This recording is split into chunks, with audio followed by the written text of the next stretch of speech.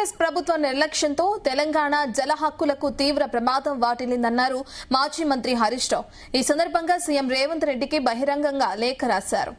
ఎత్తిపోతల పంపుల నిర్వహణ విషయంలో ఈ ఏడాది ఏప్రిల్ 7వ తేదీన లేఖ రూపంలో బీఆర్ఎస్ చేసిన హెచ్చరికలను పట్టించుకోలేదన్నారు.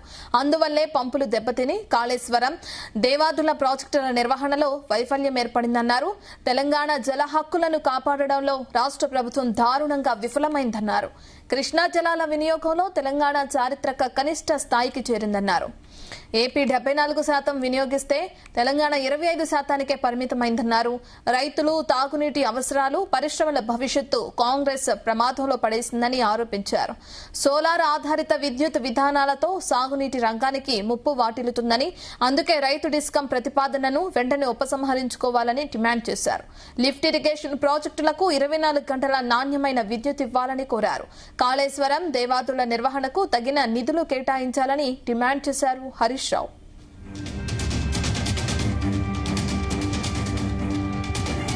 సీఎం రేవంత్ రెడ్డి పైన హరీష్ రావు చేసిన వ్యాఖ్యలు మనం చూసాం. అదేవిధంగా బహిరంగ లేఖను కూడా ఆయన రాయడం జరిగింది. హరీష్ రావు సంబంధించిన పూర్తి డీటెయిల్స్ మా కరెస్పాండెంట్ వంశీకృష్ణ అందిస్తారు. ఎస్ వంశీ.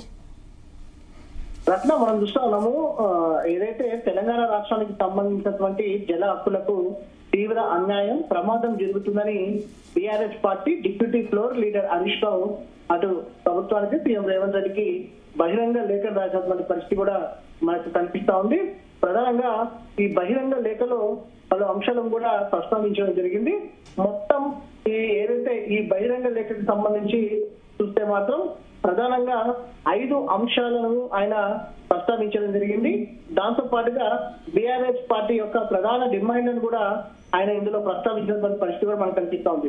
మొదటి అంశాన్ని మనం పరిశీలిస్తే లిఫ్ట్ ఇరిగేషన్ ప్రాజెక్టుల నిర్వహణను తీవ్ర నిర్లక్ష్యం, కాళేశ్వరం, గాయత్రి పంపింగ్ స్టేషన్ తో పాటు దేవాదుల తదితర లిఫ్ట్ ఇరిగేషన్ ప్రాజెక్టులు, పంపులు, మోటార్లు దెబ్బతిన్నాయని, భారీ మోటార్లను పదే పదే ఆన్ ఆఫ్ చేయడం వల్ల పరికరాలు దెబ్బతింటాయని ముందుగానే మేము హెచ్చరించినప్పటికీ ప్రభుత్వం చర్యలు తీసుకోవడంలో విఫలమైందంటూ కూడా ఆయన పేర్కొనడం జరిగింది. వేల కోట్ల ప్రజాధనంతో నిర్మించిన కీలక సాగునీటి మౌలిక వసతుల ప్రభుత్వ నిర్లక్ష్యం వల్ల నష్టపోతుండటం శోచనీయమంటూ కూడా ఆయన వ్యాఖ్యానించడం జరిగింది. ప్రాజెక్టులను బలహీనపరిచి ఆ నేపాన్ని గత బీఆర్ఎస్ ప్రభుత్వంపై మోపే ప్రయత్నమా అన్న అనుమానం కూడా కలుగుతున్నట్టు కూడా ఆయన మొదటి అంశంలో పేర్కొనడం జరిగింది.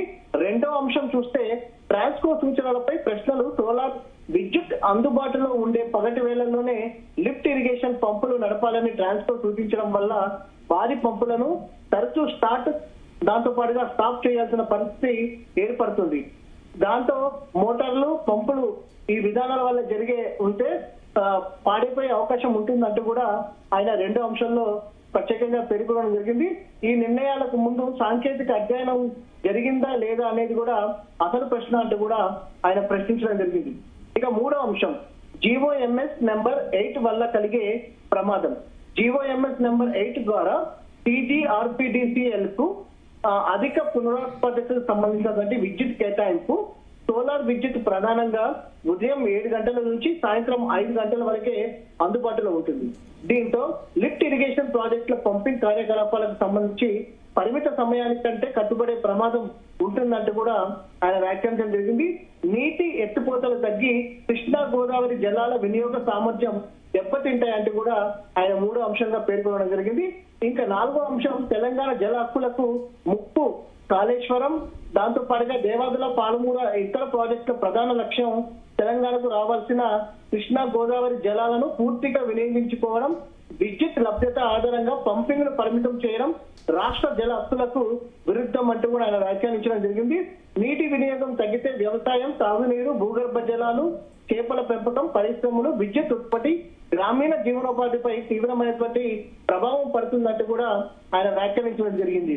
ఇక ఐదో అంశానికి సంబంధించి కాంగ్రెస్ పాలనలో కృష్ణా జలాల వినియోగం కనిష్ట స్థాయికి తెలంగాణకు కేటాయించిన తాత్కాలిక వాటా 34% కాగా ఆంధ్రప్రదేశ్ కు 66%. 2024-25లో ఆంధ్రప్రదేశ్ 72.73% నీటిని వినియోగించగా తెలంగాణ కేవలం 27.27% మాత్రమే వినియోగించిందంటూ కూడా ఆయన పేర్కొనడం జరిగింది.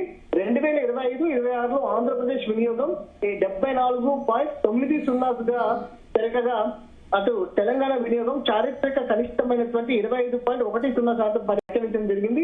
నీటి లభ్యత అధికంగా ఉన్నప్పటికీ తెలంగాణ తన వాటా నీటిని కూడా పూర్తిగా వినియోగించుకోలేకపోయింది అంటూ కూడా ఆయన వ్యాఖ్యానించడం జరిగింది. తెలంగాణ జల హక్కులను, రైతుల ప్రయోజనాలను కాపాడడంలో కాంగ్రెస్ ప్రభుత్వం వైఫల్యానికి ఇది మరో నిదర్శనం అంటూ కూడా ఆయన వ్యాఖ్యానించినటువంటి పరిస్థితి కూడా మనకు కనిపిస్తోంది. ప్రధానంగా బీఆర్ఎస్ పార్టీ కూడా ప్రధాన డిమాండ్లను కూడా ఇందులో పెట్టడం జరిగింది. లిఫ్ట్ ఇరిగేషన్ ప్రాజెక్టులకు పంపింగ్, దాంతో పాటుగా కేరళలో 24 గంటలు నిరంతర విద్యుత్ సరఫరా కల్పించాలంటూ కూడా డిమాండ్ చేయడం జరిగింది.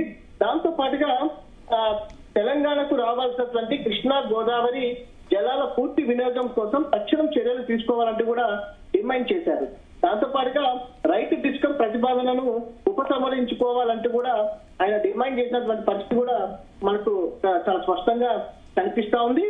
దాంతో పాటుగా ప్రధానమైనటువంటి అంశం, మరొక అంశము ఏదైతే కాళేశ్వరం, దేవాదుల తదితర ప్రాజెక్టుల నిర్వహణ ఆధునీకరణకు తగిన బడ్జెట్ కేటాయించాలంటూ కూడా ఆయన డిమాండ్ చేశారు.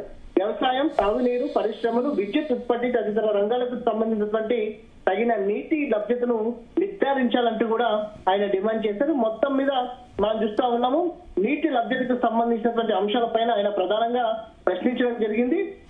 ఏదైతే దాంతో పాటుగా లిఫ్ట్ ఇరిగేషన్ ప్రాజెక్టుల విషయంలో రాష్ట్ర ప్రభుత్వం వ్యవహరిస్తున్నటువంటి తీర్పైన ఆయన బహిరంగ లేఖ రాసినటువంటి సందర్భం కూడా మనకు కనిపిస్తుంది. రత్న, థ్యాంక్ యూ వంశీ.